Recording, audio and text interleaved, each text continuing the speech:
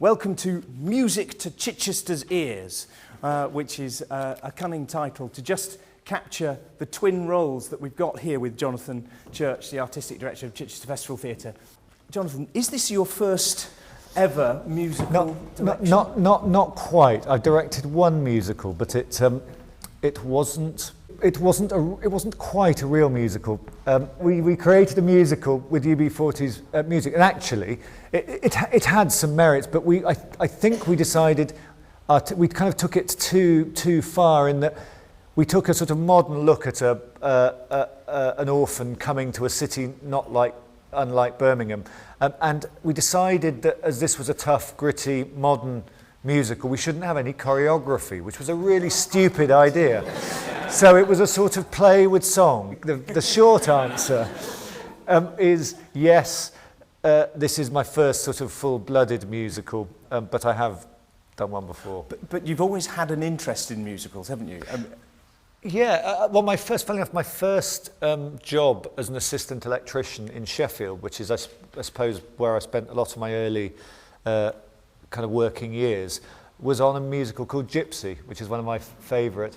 And my job as the electrician was, if you remember in Gypsy, there are some strippers, and one of the strippers is called Miss Electra, and she has a light-up costume, and this was done with lots of light-emitting diodes all over the costume, which would break every night as she sort of bumped and ground her way around the stage. So my job was to, in the wings, in this very skimpy costume, was fixing Miss Electra's, along with wiring up the light. We've got marvellous LEDs in this set which do all sorts of multicoloured things. Then it was light bulbs on sort of festoon cable, and I remember wiring up about 500 of these things to go around the proscenium.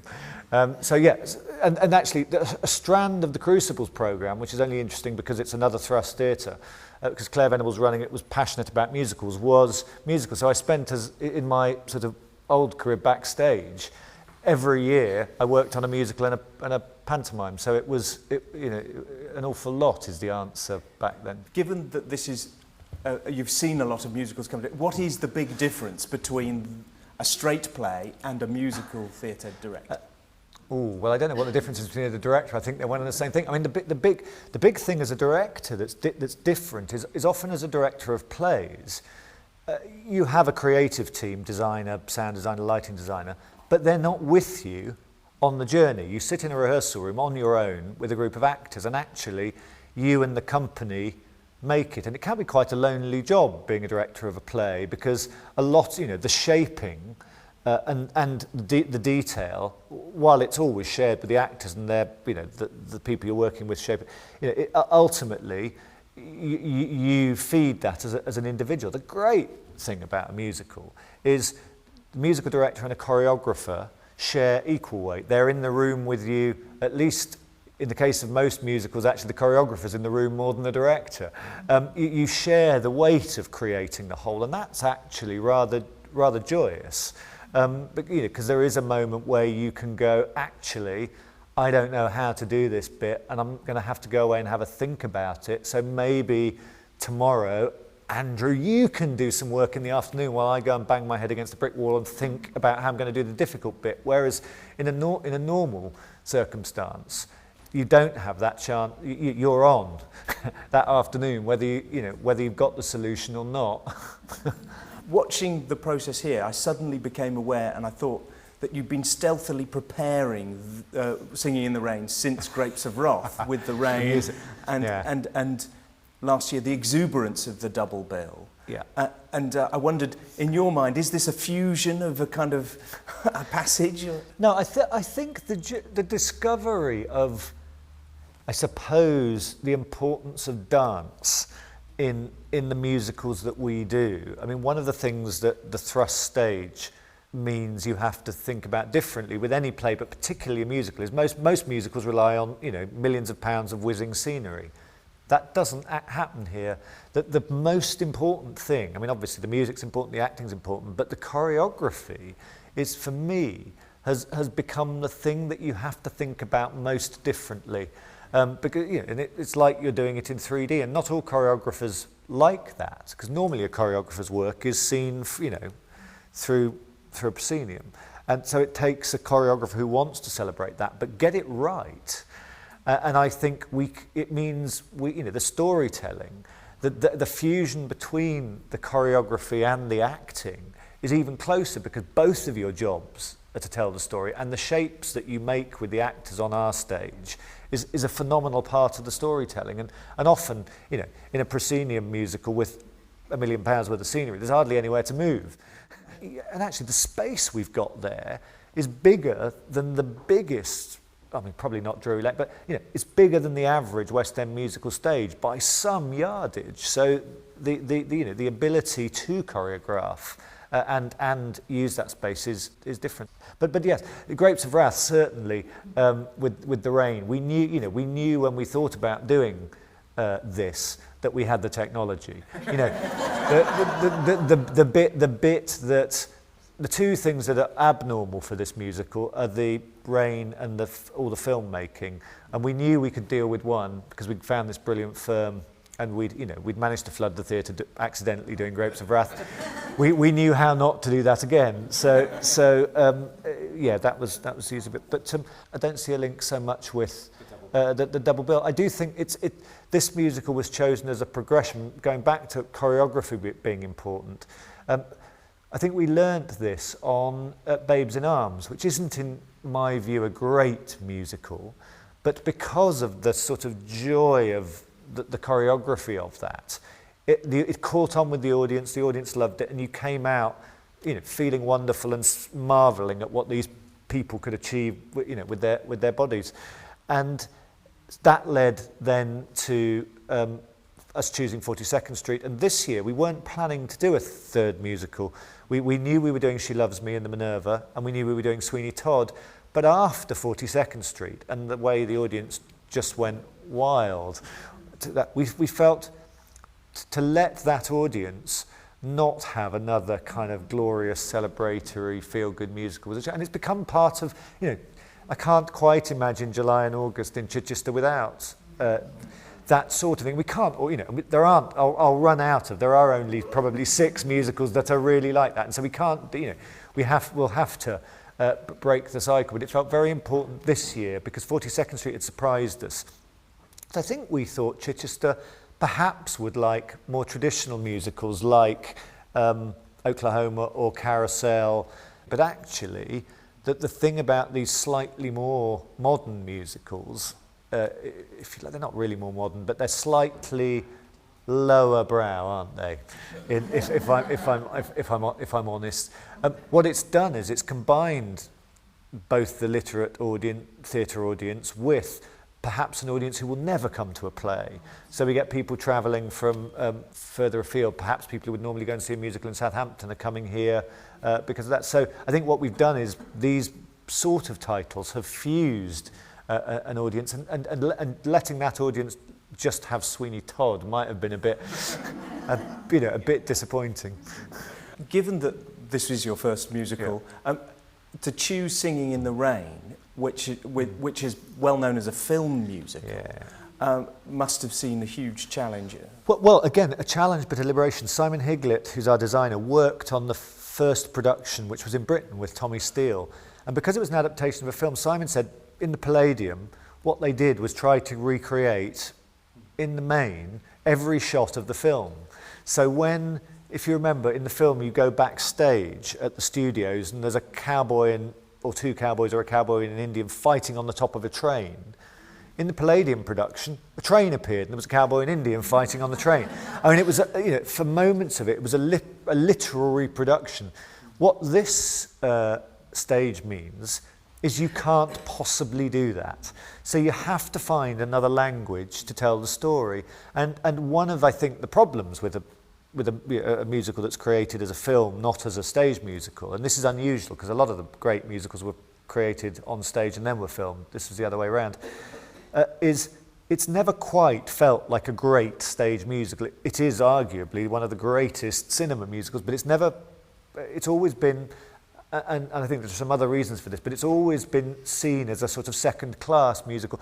And so actually tackling it on our stage seemed the way to think about how how you might make it a stage musical, because you can't follow the film in a million ways. It's just impossible here. And so, I don't know, are people going to see it, or have some people seen it already? Has anybody seen it already? Well, I mean, for those of you who haven't seen it, what we've done is we've created a world that's very much like a film studio, you know. So the overture we've staged, so you get a sense of people preparing backstage. So we've tried to make the ensemble much more important and set up a kind of world where, you know, just putting a couple of benches or, you know, winding a lever and a door opens, you're in another place, rather than bringing on 10 tons of scenery. And actually it makes it much more fluid. I think, again, Simon said the scene changes in the Palladium version took about 20 minutes for an already overlong stage musical, whereas we've had to look at it differently, and I think that's one of the things that I hope's worked. And it's given you a chance to exceed expectations of seeing a sort of cinematic musical, because there's a couple of devices perhaps where you kind of break the frame. Yeah. Direct address being the obvious one. Was there any kind of consideration of whether you do that? There's the one that was mentioned in some of the reviews about. Is anybody in the front row of the show? Yeah. Well, we did think about. Yes, if you're in the front row, you'll get wet. But we did think about the fact that a lot of and again, you can't do it in the cinema, but a lot of sequences have an audience. The premiere at the beginning is done in front of an audience. They watch this dreadful film that's going horribly wrong with sound in front of an audience. We've got an audience in the theatre, so making the audience feel like part of it. So you know, for the premiere, we're able to bring people, you know, down the imaginary red carpet, down the middle of the auditorium. So no, we very much wanted to think about the fact that we have an audience and can we use them. And so the sort of, can we, yes, if we're getting wet, they're getting wet. There's a definite sense that the cast go, if we're suffering this, they're going to suffer it too. I was trying to work out where the first musicals came from for the festival, and I've just sort of done a quick scan. And there was music, obviously, in festival shows back in the 60s. The great Herbert Menzies, do you know? Chris Menzies' dad. The Academy Award-winning cinematographer. And then Beggar's Opera in the 72 season. That's certainly not a musical. No, it's musical opera. Yeah. And then, but it was the beginning of the 80s where Mitford Girls and Underneath the Arches both transferred to the West End. And by the mid-80s, Cavalcade, Annie Get Your Gun, a couple of Sondheims started to keep in. And pretty much since then, there's been kind of a frequent attendance, but it's only really since your tenure that it's been a constant attendance. Well, actually, but I go back, Andrew Welsh and then Ruth. I think before we arrived, there was a sort of a strong strand that had developed, and I think it's interesting that Stratford, Ontario, that this place is based on, had slightly sooner than us a similar journey. That, you know, one of the great things on that space, which has its problems for plays, is the musical. It so fills in more than one way. Dynamically it fills the space, but also without necessarily having a whopping great film star in the lead. The event and nature of some of those titles creates a scale of audience that also fills the space. So it's become, for us, I mean, it's a bit like, in most theatres, the Christmas show is the show that, you know, you get most people to and is the make or break of your season. Here, it's become the musical.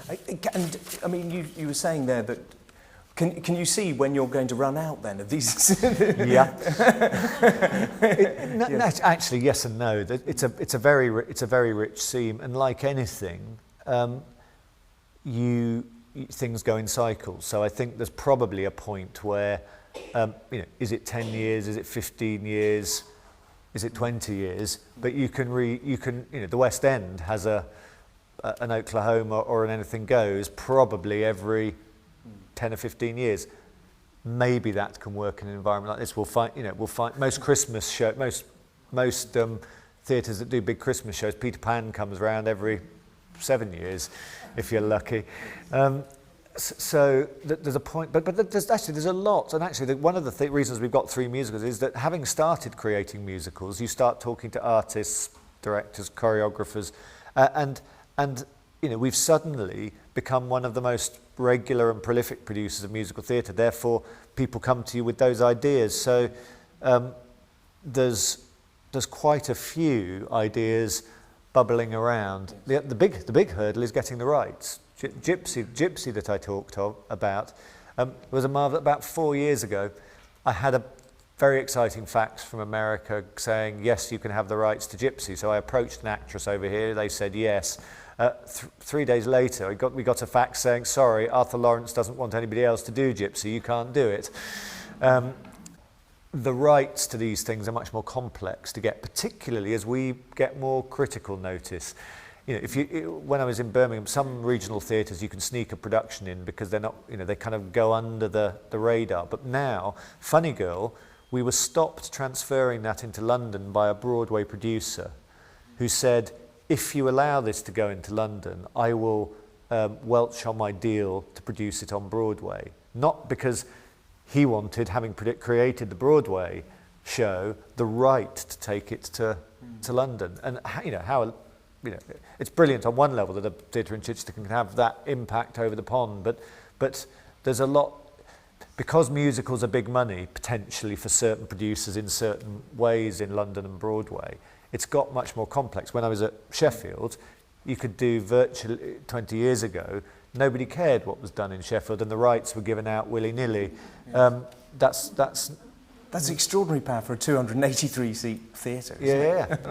No. Oh my goodness. How do you decide between Festival and Minerva? Because I mean, I think that it's twofold. One is the sort of voltage and scale. Both Funny Girl and She Loves Me, for different reasons, we felt might work better in the Minerva. Interestingly, both of them are about fundamentally love story, you know, romances, and there's something about romance that is easier to communicate in a small environment. The other thing is slightly doubting with She Loves Me. It's not a well-known musical. It's a charming and delightful musical, but it's not a go out and tell 100 friends it's the greatest thing you've ever seen. So whether it would have been lost in many ways in the main house, just in commercial.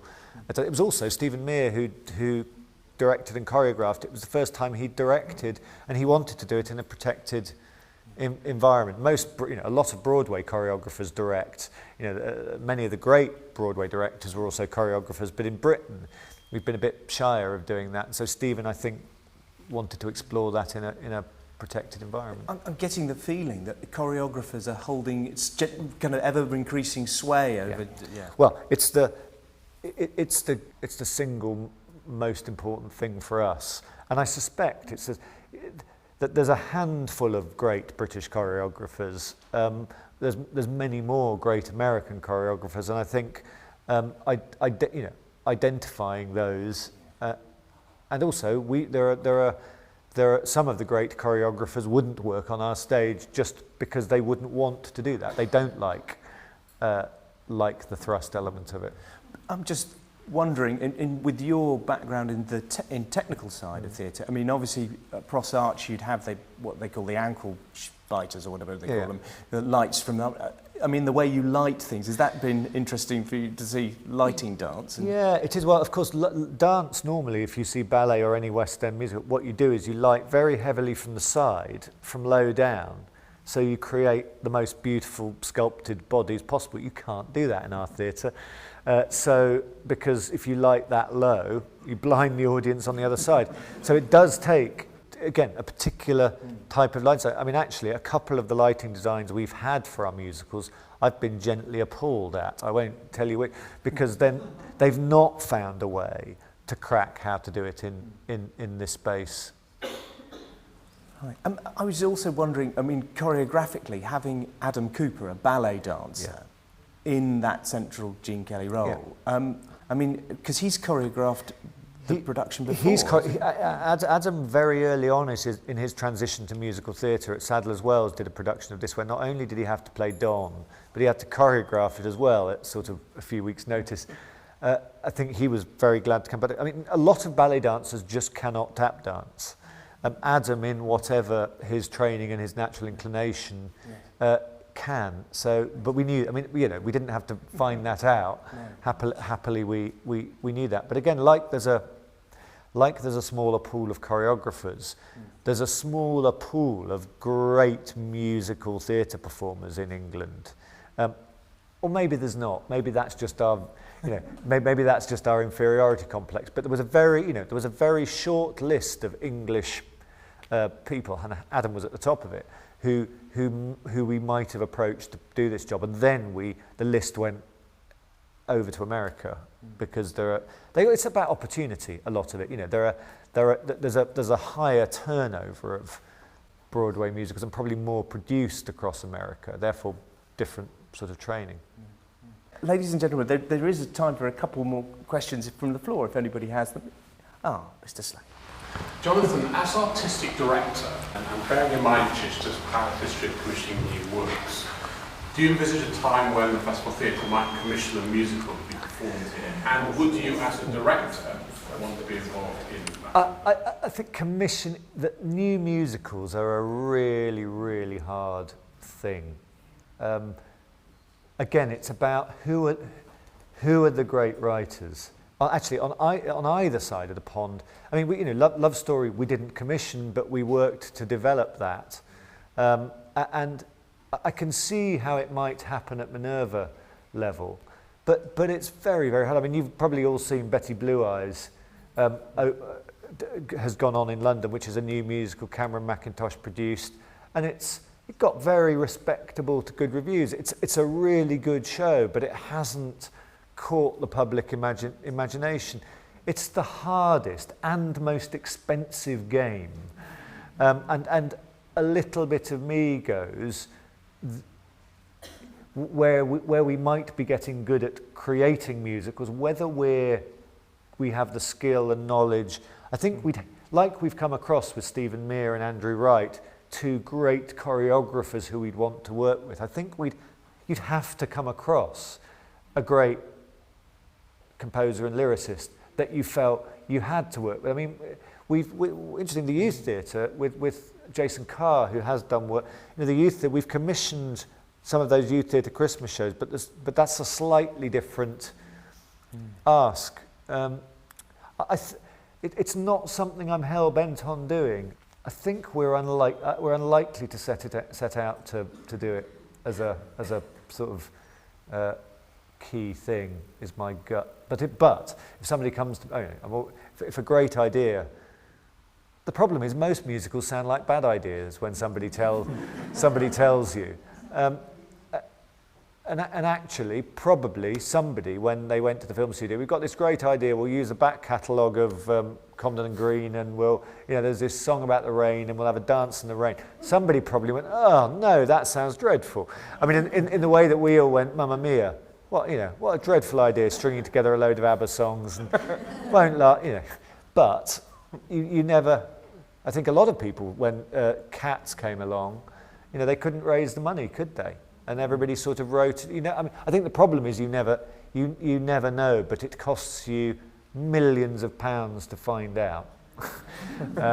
And that's probably not where we should be focusing our not millions of pounds. You obviously take a look at the critical notices. Yeah. Did you find any particular astute comments that you'd like to repeat to an audience going in? No, it's not. What I loved actually was the things that they didn't notice, because what we've actually, in the way I talked about, you have to find a new way to do it. We've not done a lot of things that are done in the film. So, as an example, the scene when they do Good Morning, it moves in the script and in the film to Don's Hollywood mansion with huge staircases, and if you remember, there's a final sofa image. And we just went, we can't do this. Bring on tons of furniture, a staircase and several sofas. They might at the Palladium. How do we reinvent that? And actually, because we still do, there's a park bench and we do the flip with the park bench, we sort of do a nod to the film. It's a bit like Donald O'Connor's extraordinary scene, which he had to go to hospital after he'd filmed it. I mean, you couldn't do that every night in the theatre. You have to do it, you have to find another way. And actually, the thing I was fearing most in the reviews is people going, yeah, they didn't do this, they didn't do that, and what about this? And the fact they didn't notice or were so taken was the thing that most thrilled me. They also talked, what I was really pleased about, they talked a lot about the detail. We did, and I talk about this team, we all looked a lot, because we had to make these movies, the whole of the team we spent a lot of time. If we'd been knocked over by a bus, we'd have seemed a very curious bunch. In our briefcases or bags, we had Singing in the Rain. I had a lot of Douglas Fairbanks silent movies. What was the other one? There was some Charlie Chaplin movies, some Marx Brothers. They'd have thought I was a kind of silent movie anorak. but actually we did a lot of research, and the choreographer as well. So we poured a lot of sort of knowledge and love. And one of the reasons it was a musical I wanted to direct was, that marvellous transition from silent movies to talking pictures was a sort of industry-changing moment that actually we've just hit again. Ian McKellen has just gone through the equivalent of it. When they were planning The Hobbit, when Avatar was released, and in Singing in the Rain, it's the jazz singer, and everybody went, no, it's not going to, no, this won't catch on, it'll be a gimmick. But Avatar, because it was such a hit, they scrapped all the filming plans for The Hobbit, because the studios went, it has to be 3D now. You can't make a fantasy movie after Avatar and it not be 3D. So the millions and millions of dollars it must have cost to scrap that, move filming, reinvest in the technology, a new shooting script. But it was exactly, so actually that story was, and the sort of detail that we poured into that story was something we were proud of as we made it, and I did think happily some people noticed, and it's not always the case. Is there one last thing you'd want to whisper into the ear of an audience as they're about to go into the show? Take a look at that. I'm really pleased with that, or would love you to notice that. Look at the choreography. Just have a look at the sort of detail and wit that's applied to everybody, particularly the overture. Every one of those dancers creates a character for the overture. That's a stagehand, a wig mistress, and before normally you'd still be sitting in your chair, switching off your mobile phone, wondering when it was going to start, and by the time you get to the point where you'd normally think about listening, you've seen 3 minutes of the most detailed, brilliant work. So just keep, look at every one of them and think about what they've created to get to there, because it was. I remember the first time I saw it in the rehearsal room. That was the other thing, is as a director in a musical, you're not always in the same rehearsal room as a choreographer. You could be working on a scene with 2 actors and spending, 5 hours on 10 lines, while the choreographer's done 3,000 steps and they've learnt it and polished it. So I remember coming into the room and he had a couple of sessions. He said, I've staged the overture, and I sat down and I just went, that would have taken me a month. Because but the detail's just incredible. Fantastic. Ladies and gentlemen, Jonathan Church. Thank you.